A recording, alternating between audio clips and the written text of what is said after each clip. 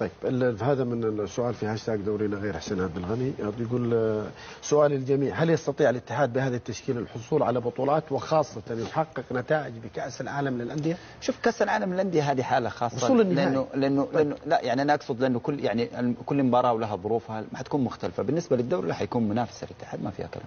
هم لازم بس ياخدوا بالهم الاتحاد ان هم واقعين في سكة الأهلي المصري. هتلاقي كميه اصابات الفتره الجايه غير طبيعيه. والله العظيم اي حد بيلاعب الاهلي تلاقي بص صليبي مش عارف مين اتوقف، المدرب مش عارف حصل ايه. والله انا بقول لك عن خبره.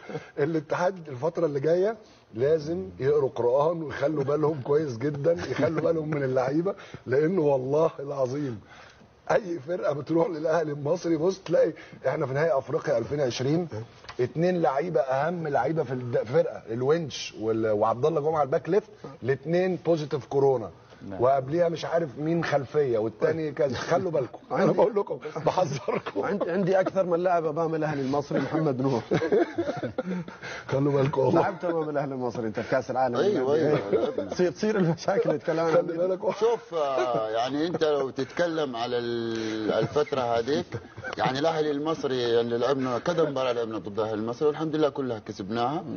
يعني لو تيجي عناصريا الاهلي المصري كان افضل من الاتحاد، لكن دحين الفتره الحاليه لا، عناصر الاتحاد افضل واقوى. لا بس الاهلي فريق ما تتمنلوش. انا بقول لك لان الاهلي بيعرفوا يكسبوا. كمنافسه كابتن الاتحاد على الدوري في ظل يعني في ظل يعني تحفز مدرب الاتحاد ومحافظته على المجموعه اللي قاعده تلعب. ترى صدقني الاتحاد منافس في الدوري ومنافس قوي. صحيح. يعني خاصه هذه المباريات، هذه المباريات الاتحاد قاعد يكسبها، ترى مباريات هذه نقاط مهمه جدا، هذه هي اللي تخليك تنافس على الدوري. صحيح.